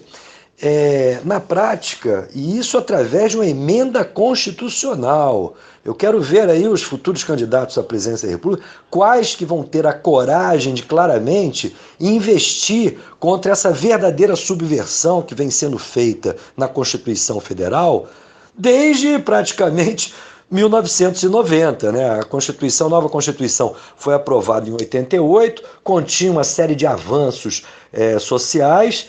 Outras questões eram muito graves negativamente na Constituição, mas, sob o ponto de vista de algumas questões sociais, ela era importante. Só que, de lá para cá, o ataque foi frontal à Constituição. E agora, através dessa PEC, está se introduzindo na Constituição uma espécie de gatilho para os gastos de estados e municípios, que significa a introdução, de alguma maneira, das tais metas de superávit primário, ao nível de 5%, porque o que diz a PEC? A PEC diz que sempre que as despesas atingirem 95% das receitas dos estados e municípios, tem que ser acionado esse gatilho. Então, na prática, eles estão introduzindo uma meta de superávit primário via Constituição para os estados e municípios. Isso é um verdadeiro absurdo, né?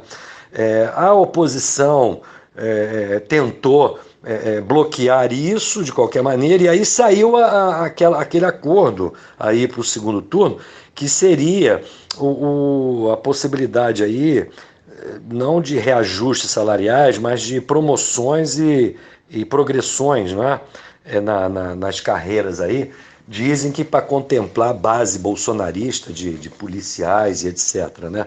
Ou seja, é uma impostura, isso é uma vergonha total. Eles metem a mão, por exemplo, nos fundos setoriais. Os fundos setoriais acabam sendo prejudicados, a aplicação desses fundos acaba sendo prejudicada pela própria emenda constitucional 95, do tal do teto de gastos, né?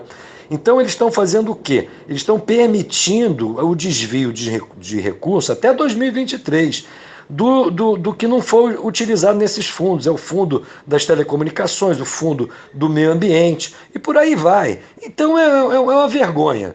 É uma vergonha. O fato é que esse problema aí da pandemia, eu já critiquei muito aqui as oposições, né? Que não botam o seu bloco na rua, privilegiam as questões muitas vezes domésticas lá do parlamento do que as grandes questões nacionais, conforme a gente viu inclusive no início aí do ano, com a esquerda travando debates intensos sobre a mesa diretora da Câmara, enquanto a pandemia, o desemprego, as privatizações, principalmente no âmbito da Petrobras, caminham a passos largos. Então tem uma inversão aí muito grande. Agora, não há dúvida que a pandemia prejudica a capacidade também de mobilização da oposição, porque era hora de a gente estar indo para a rua, seja por conta aí dos absurdos do senhor Bolsonaro e do seu governo em relação à pandemia, seja por conta de barbaridades como essa dita PEC aí emergencial, voltada para o pagamento do auxílio emergencial, que na verdade é uma fake news. Isso aí não existe. O auxílio emergencial não depende de mudança constitucional, e o que a gente vê agora é que sequer o auxílio emergencial está garantido, que houve lá a alocação de 44 e desses 44 bilhões, uma vergonha. O que chama mais atenção nessa PEC, Paulo, além da chantagem, é que o governo reserva apenas 44 bilhões de reais para o pagamento dessa nova fase do auxílio emergencial. O benefício temporário deve ter 4 parcelas variando entre R$ 175 e R$ 375 reais. Além desses valores serem absolutamente insuficientes para dar conta da perda de renda das pessoas com a pandemia, eles revelam a perversidade do governo, que diz que não há dinheiro para financiar parcelas mais elevadas. Isso é uma mentira das mais deslavadas, Paulo. Essa semana mesmo eu conversei aqui no programa com a Maria Lúcia Fatorelli e ela mais uma vez apontou várias fontes de recursos para o pagamento do auxílio. A União tem quase 5 trilhões de reais em caixa e deixa a população entregue à própria sorte. Bem lembrado, Anderson. Não há essa história de que o governo está quebrado, o governo não tem dinheiro. Isso é conversa para boi dormir em bom português. É lógico que na administração da moeda, na administração da política monetária, você não pode, evidentemente, sair imprimindo dinheiro a todo e qualquer gosto, não é verdade? Agora, não há nenhum problema para um governo responsável, inclusive imprimir dinheiro para aumentar a capacidade produtiva de uma economia. É isso, inclusive, que se deve fazer nos momentos em que a gente enfrenta dificuldades na atividade econômica, como é o caso aí do processo decorrente da pandemia. Não há problema nenhum.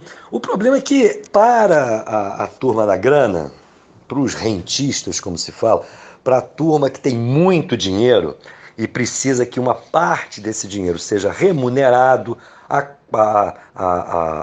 risco zero, evidentemente há interesse de que o governo, ao invés de imprimir dinheiro, direcionar esses recursos para as áreas carentes, há muito interesse da turma da grana que o governo imprima títulos e pague juros a esses títulos. É isso que está em curso na economia brasileira desde o início dos anos 90. Né? É a indústria da dívida pública, que remunera os capitais parasitários, aqueles capitais que não estão direcionados para a produção. Em última instância é isso, né?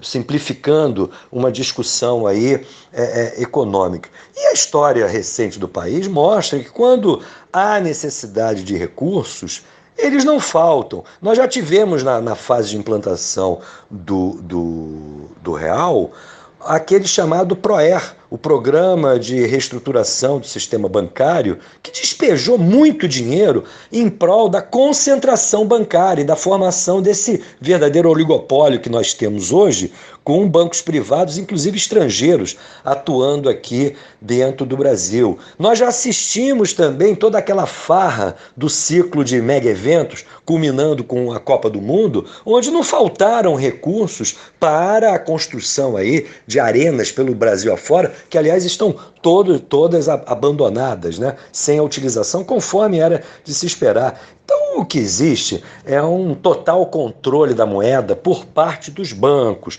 É importante assinalar que ontem o Senado aprovou uma medida que permite que a margem do consignado aí seja elevado para 40%.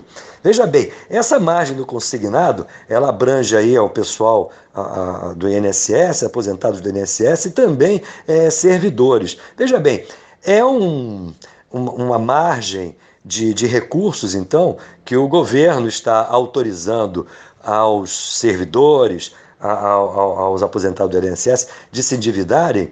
E isso representa risco zero para os bancos. Veja bem, então 40% do rendimento desses segmentos poderão agora serem utilizados justamente para pagamento de encargos financeiros ao sistema bancário em cima de operações de crédito, de empréstimo, que certamente para boa parte dos brasileiros hoje é fundamental, porque falta dinheiro, então essa turma vai ganhar ainda mais com a tragédia do povo, com a tragédia da carência de recursos, do desemprego. Hoje em dia, aposentados sustentam muitas vezes muita gente da sua família. Então, olha, o que a gente está assistindo aqui é um crime contra a economia popular, um crime contra a economia nacional, e eu acho que essa gente vai ter que pagar muito caro por tudo isso que está fazendo. Até porque, com essas mudanças constitucionais, eu sei que, evidentemente, estão sendo aprovadas por essa maioria do Congresso,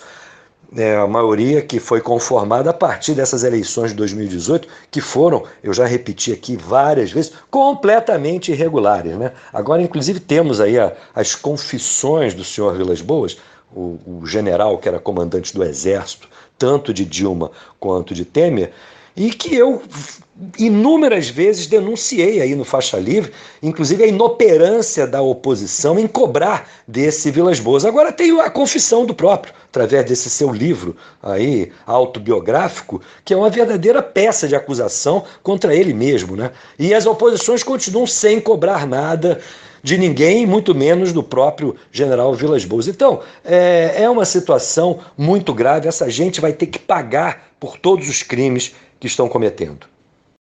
Com esse aprofundamento dos efeitos da pandemia, Paulo, ainda que o PIB do ano passado tenha apresentado números menos desfavoráveis do que se esperava, uma queda de 4,1%, a expectativa é que em 2021 a coisa piore justamente pelo aumento do número de casos da Covid-19. Vários estados estão fechando o comércio em um momento onde se esperava a retomada da atividade econômica. Podemos ter um 2021 ainda pior que o ano passado, Paulo? Anderson, tudo vai depender, me parece, dos próprios desdobramentos aí da pandemia. Essa nova onda aí, produzida em boa parte já pela variante brasileira aí da Covid, a rigor é uma incógnita, né? Eu não tenho condições de responder se nós teremos aí um ano de 2021 pior do que o 2020. Com o processo de vacinação, mesmo lento, que nós estamos tendo aqui no Brasil, mas que me parece tenderá a se acelerar a partir aí do segundo trimestre, pelo menos eu espero, tudo indica que não será tão grave, não é? E já há alguns indicadores de uma leve recuperação, até porque o tombo da economia no ano passado foi muito grave, mas isso não muda qualitativamente o quadro, até porque o nosso problema não é conjuntural, não é? Nosso problema é estrutural. A gente está submetido a uma ditadura financeira produzida aí pelos bancos e pelas multinacionais no país, que tem produzido uma série de consequências muito graves já há muito tempo, desde os anos 90, e que nos colocam numa rota de desindustrialização, desnacionalização do parque produtivo, perda de ativos do Estado fundamentais para a gente pensar num modelo econômico alternativo, como é, por exemplo, todo esse processo criminoso que está se dando dentro da Petrobras, né? Petrobras está sendo, não somente o setor do petróleo, está sendo completamente deformado, por conta, inclusive, dessa política de paridade com os preços internacionais do barril do petróleo, mas a própria empresa, a estrutura produtiva da Petrobras vem sendo inteiramente alterada, né? Então, são questões muito graves que estão em curso. Então, independentemente aí do comportamento da economia neste ano, a nossa trajetória é dramática. Eu gostaria de comentar com você também, Paulo, esse genocídio que nós temos no nosso país com o governo do Jair Bolsonaro. Já morrem no país quase 2.000 pessoas por dia pela pandemia. O sistema de saúde está colapsado, não há vacinas. O presidente chama a pandemia de mimimi e manda uma comitiva a Israel passar vergonha e observar um suposto spray anti-Covid que está sendo desenvolvido no país, ao invés de concentrar os esforços da diplomacia na negociação por mais imunizantes. Fica até difícil classificar esse momento que atravessamos, Paulo, com um legislativo vendido e um judiciário conivente. É um drama que parece não ter fim. Anderson, a questão é até que ponto esse drama que não tem fim está sendo planejado pelo Palácio do Planalto e pela equipe do Bolsonaro, né? Porque imaginem, se a gente tivesse, nós teríamos todas as condições disso, tivéssemos deflagrado um processo massivo de vacinação, é evidente que esse quadro mobilizador da oposição poderia, pelo menos em tese, se modificar, porque eu não tenho dúvida que, frente a essas verdadeiras barbaridades que estão em curso, a oposição tem toda a condição de botar o bloco na rua, não é? Agora, as provas aí da incompetência ou da irresponsabilidade ou mesmo dos crimes aí do Bolsonaro estão patentes, né? A questão é que existe uma maioria política hoje dentro do Congresso, no Senado, na Câmara, que praticamente bloqueia aí qualquer possibilidade de impedimento. O senhor Rodrigo Maia já sentou em cima de todas as propostas de impedimento, inclusive de cientistas, profissionais da saúde de alto gabarito, que elencaram um conjunto de barbaridades, de absurdos que foram cometidos pelo senhor Bolsonaro e, com base nisso, solicitaram um dos inúmeros pedidos de impeachment que estão lá na Câmara. Solicitaram a abertura de impeachment. O Rodrigo Maia desconsiderou e o senhor Arthur Lira vai no mesmo caminho. Então, estamos entregues aí à própria sorte. Então, é uma tempestade perfeita. Conjunturalmente, vivemos uma pandemia, temos um governo de plantão que é uma verdadeira tragédia para o povo e para os interesses nacionais, e, sob o ponto de vista estrutural, estamos submetidos a um modelo econômico que beneficia bancos e multinacionais e escraviza o povo brasileiro. É o que se chama por aí de tempestade perfeita, né? Agora, essa decisão do ministro Edson Fachin, Paulo, que anulou as sentenças da Lava Jato de Curitiba contra o ex-presidente Lula e devolveu a ele os direitos políticos, parece ter trazido um pouco de alento para a população. Dá para criar alguma expectativa com Lula virtualmente candidato em 2022, Paulo? O que você achou dessa entrevista coletiva dele anteontem em São Bernardo do Campo? Primeiramente, a decisão do Fachin, Anderson.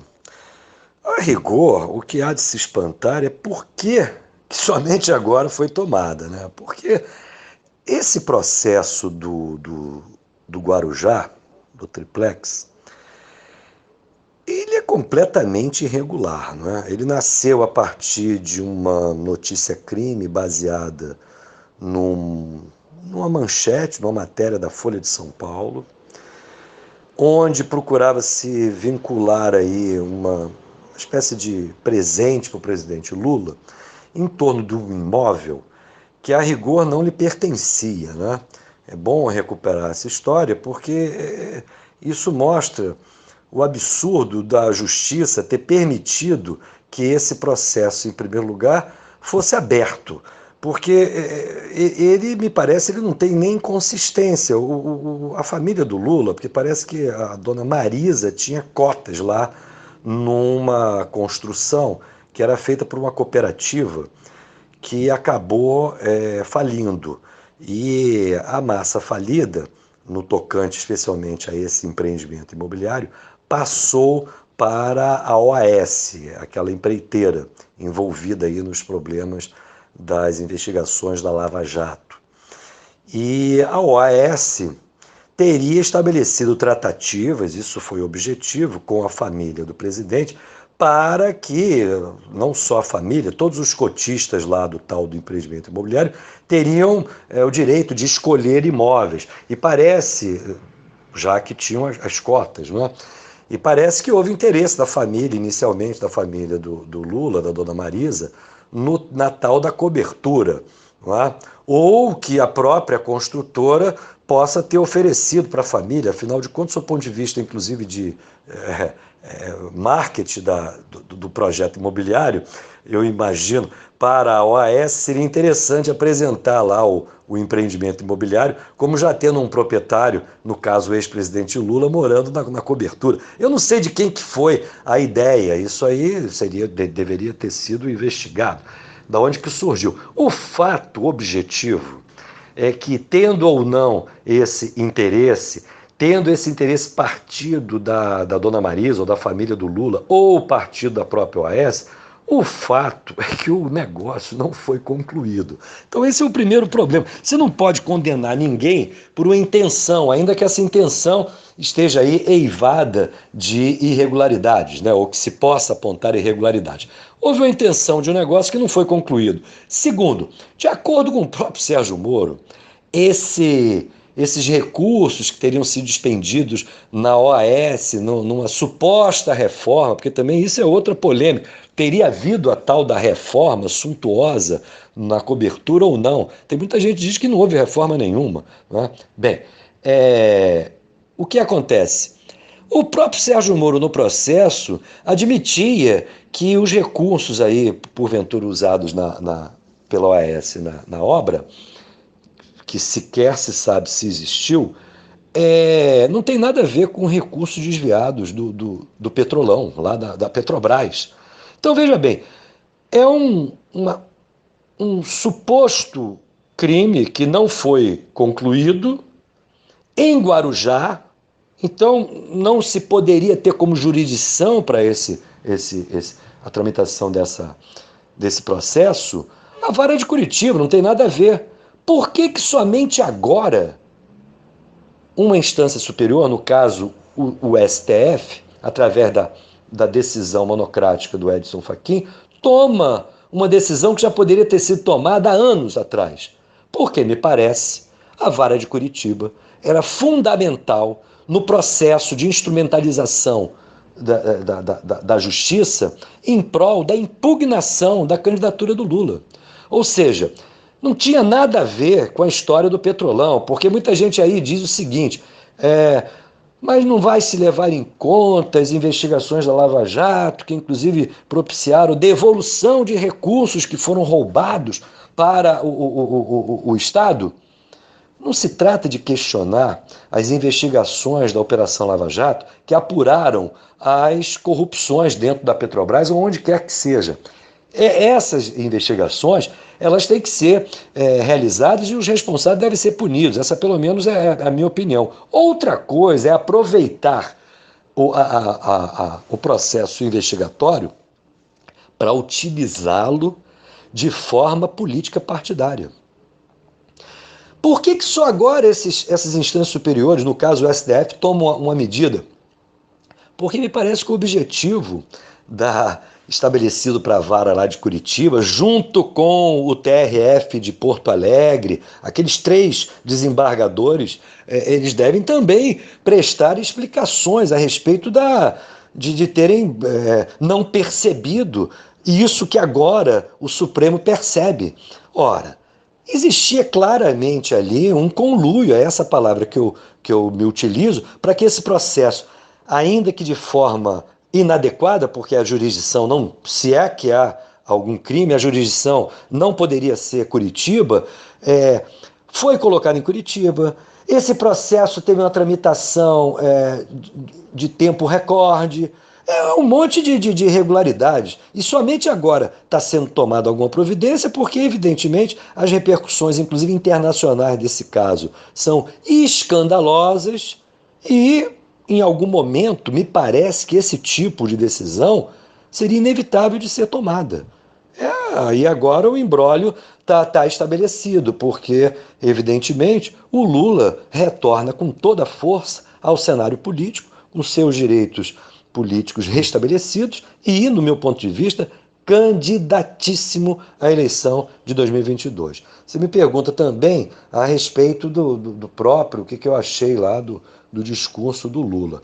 Do ponto de vista formal, é perfeito, ele volta no melhor da sua forma, ele tem todos os argumentos a seu favor, ele ataca violentamente, com toda a razão, o senhor Sérgio Moro, aqueles procuradores lá de Curitiba, tendo o senhor Dallagnol à frente, ele ataca, evidentemente, o Bolsonaro, mas, ao mesmo tempo, ele claramente acena para o centro, né? O grande problema do Lula não é a sua qualidade como orador e mesmo sua capacidade de negociar. O problema do Lula, o que ele de fato pensa sobre o Brasil, né? E a sua gestão, me parece, sob o ponto de vista de quem quer ver no Brasil sepultada a herança liberal, para quem acha que o Brasil precisa sepultar a herança liberal, o que significa isso? Significa colocar por terra tudo que foi feito no Brasil em termos de política macroeconômica de 1990 para cá, e particularmente de 1994 para cá. A gente tem que enfrentar e sepultar medidas legais e constitucionais que foram tomadas e que têm grande popularidade no país, todo mundo acha que é um consenso, inclusive por causa dos governos do PT, e que são verdadeiros atentados contra o interesse nacional e contra a economia popular. Eu começo citando a Lei de Responsabilidade Fiscal, que não tem responsabilidade fiscal nenhuma. Tanto é que nós convivemos aí com resultados fiscais nominais, não é aquele que conta apenas as despesas primárias, em larga escala. Só que eram resultados fiscais, ou déficits fiscais, que beneficiavam justamente os rentistas, aqueles que vivem da aplicação rentável dos títulos públicos brasileiros. Então a gente tem que sepultar a lei de responsabilidade fiscal, tem que sepultar essas novidades últimas que foram feitas aí, como por exemplo essa emenda constitucional 95, temos que sepultar as privatizações, recuperar as empresas estratégicas do país. Eu não vejo ninguém falar com clareza esse tipo de objetivo, muito menos o Lula, que nos seus anos de governo federal, não enfrentou essas questões, não enfrentou, na verdade, os compromissos históricos do PT. Então, uma coisa é o que o Lula fala, e ele fala muito bem. Outra coisa é o que o Lula e o PT fazem quando governam. Aí é uma grande incógnita. E eu acho que a gente vai ter que aguardar com muita serenidade a evolução aí da conjuntura e principalmente os posicionamentos políticos, porque tudo indica que o Lula vai tentar fazer novamente aquela aliança da esquerda com a direita, aliança que o levou em 2002 ao governo federal. Eu em si não sou contra alianças. Mesmo em 2002, eu confesso que naquela chapa do Lula com o Zé Alencar, quem eu sempre me preocupei foi com o Lula, não foi com o Zé Alencar. Eu confesso isso a vocês. Porque o problema é o seguinte: fazer alianças no Brasil, no quadro que nós temos, me parece inevitável. A grande questão é outra. Fazer alianças em torno de que programa? Fazer alianças em torno do programa que mantém os privilégios de bancos e multinacionais, eu sou contra. Essa que é a questão. E a história pretérita do Lula e do PT mostram que, quando houve oportunidade de se governar e onde a correlação de forças, que foi alegada em 2002 como impedimento para o PT ser fiel ao seu programa, convenhamos, a correlação de forças agora é muito pior. Haverá coragem do PT, dos seus dirigentes, de Lula, de enfrentar o neoliberalismo? Essa que é a questão central. Paulo, eu não posso encerrar essa entrevista sem antes ler os recados de 2 ouvintes nossos enviados essa semana perguntando por você, sentindo a sua falta aqui nos microfones. Pelo nosso YouTube, o Marcos Antônio disse o seguinte: pessoal, bom dia. Mande um forte abraço à Celeste e ao Passarinho. Eles foram bons soldados na luta contra o golpe. Valeu, Passarinho! Já o Antônio José, aquele nosso ouvinte histórico de São Gonçalo, escreveu no Instagram: mande um abraço ao Paulo Passarinho. Tem outro no lugar dele. Tá aí, Paulo, é o reconhecimento dos ouvintes por todos esses anos que você se dedica não só ao Faixa Livre, mas à luta por um país mais democrático, menos desigual, com protagonismo para a classe trabalhadora. Nada mais merecido que esses recados e esse carinho da família Faixa Livre, Paulo. Primeiramente, Anderson, eu agradeço aí a gentileza, o carinho do Marcos Antônio e do Antônio José. Bem como dos ouvintes aí, eu acompanho o programa, eu vejo as referências aí constantemente são feitas à minha participação, inclusive através das mensagens, né, dos ouvintes aí para o nosso programa, como foram os casos do Antônio José e do Marcos Antônio. E eu concordo inteiramente com o Antônio José, porque agora nós temos um outro passarinho no lugar dele, que é você que tem feito aí um trabalho magnífico. Aliás, você ter assumido aí o programa foi algo absolutamente necessário por conta de peculiaridades aí da pandemia, né, e das medidas que a própria Rádio Bandeirantes assumiu, mas tecnicamente também foi muito importante, porque agora nossos ouvintes estão a par, né? Nosso programa passou a ser gravado, isso envolve aí um trabalho técnico que você vem fazendo, Anderson, muito, muito legal, e que eu não me sentia à vontade para operar, né? Além disso, a gente tem hoje problemas, aliás, hoje não, né? Temos problemas muito graves de sustentação financeira do programa. E você ter assumido o programa também ajudou a nos resolver esse problema. Inclusive, a minha volta ao programa, me parece, somente nessa altura do campeonato será possível, na medida em que a gente venha a ter mais recursos e possa viabilizar aquele padrão de apresentação do programa que sempre foi tradicional nosso, que a gente abandonou também por falta de dinheiro, que é o fato de ter 2 apresentadores aí, um âncora propriamente e um comentarista dentro do estúdio, como forma de melhor animar o programa. Agora, isso passa também por nós fortalecermos aí a nossa estrutura financeira. De qualquer maneira, eu agradeço muito aos ouvintes, especialmente ao Marcos Antônio e o Antônio José, e eu espero que a gente tenha condições aí de não só manter o Faixa Livre, como a gente vem mantendo, como melhorá-lo de forma permanente, e sempre aí com valioso apoio dos nossos ouvintes, dos nossos patrocinadores. Paulo Passarinho, muito obrigado mais uma vez por você estar aqui conosco no programa. Eu quero te desejar um ótimo final de semana e um forte abraço. Eu que te agradeço, Anderson, bem como a nossa produção, da Celeste, da Natália, ao Chiquinho aí no comando das carrapetas, e aos nossos queridos ouvintes, patrocinadores, comentaristas, a nossa família combativa, e eu espero que ela se mantenha unida e trabalhando durante muitos e muitos anos. Muito obrigado a você e a todos. Conversamos aqui com o economista e apresentador do Faixa Livre, Paulo Passarinho. E vamos encerrando a edição de hoje do programa, convidando todos vocês para na próxima segunda-feira, a partir das 8 da manhã, estarem novamente aqui ligadinhos na Rádio Bandeirantes 1360M para mais uma edição do Faixa Livre. Um abraço a todos vocês, um ótimo final de semana e até segunda!